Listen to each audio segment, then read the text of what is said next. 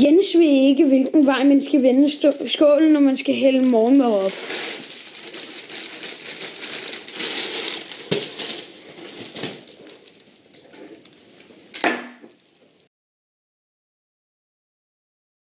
Til kaffe, men ved ikke, hvordan man drikker det.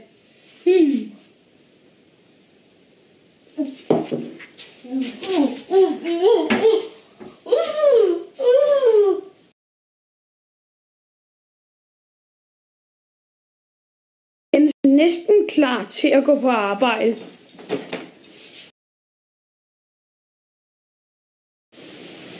Endelig har Jens fået tøjet rigtigt på. Nu skal han på arbejde. Men han ved ikke, hvordan man åbner døren. Så han må vist blive hjemme de næste dages tid.